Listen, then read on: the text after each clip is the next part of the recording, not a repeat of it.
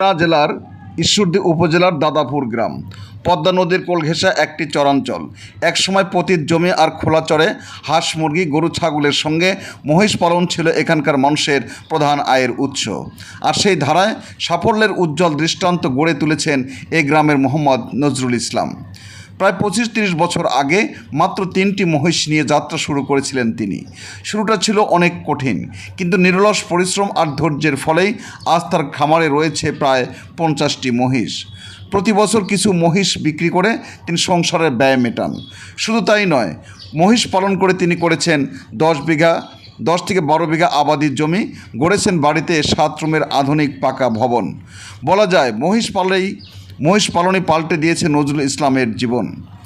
নজরুল ইসলাম জানান, দাদাপুর গ্রামে এখনও হাজারের বেশি মহিষ রয়েছে, তবে জমির সংকটের কারণে মহিষ পালন হয়ে উঠেছে কষ্টসাধ্য।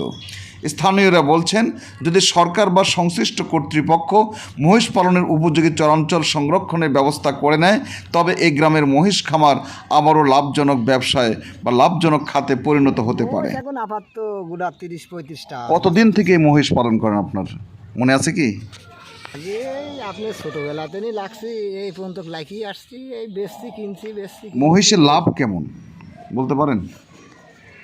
মহিষের লাভ আগে হইতো, এখন লাভ কম। এখন এই ঘাস চারার দাম বেশি, আপনি রাখাল খরচ বেশি, সবই। আর আগে চরে পালেছি তো এত খরচ ছিল না। আগে কেমন লাভ হতো?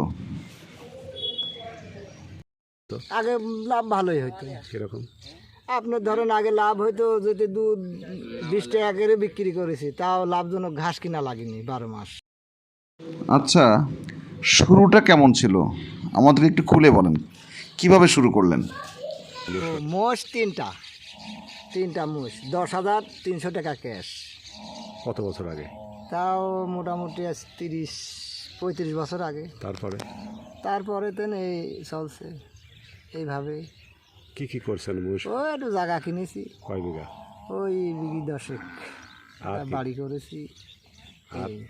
কয়তলা বাড়ি? একতলা বাড়ি। কয় রুম নিয়ে? রুম তো মনে হয় 5-7টা আছে।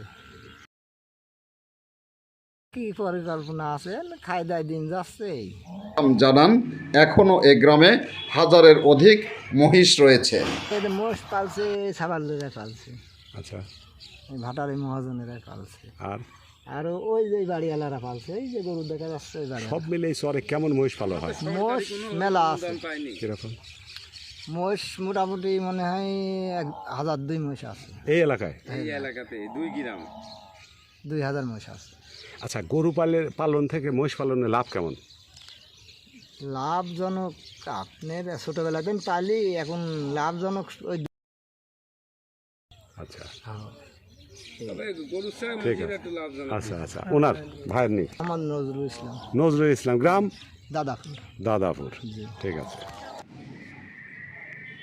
নজরুল ইসলাম জানান, দাদাপুর গ্রামে এখনও হাজারের বেশি মহিষ রয়েছে।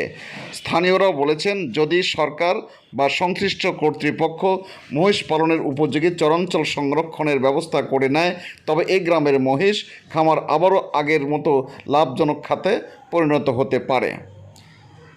এভাবেই পদ্মা পাড়ে দাদাপুর গ্রাম মহিষ পালনের দেশের একটি সম্ভাবনাময় অঞ্চল হয়ে উঠতে পারে।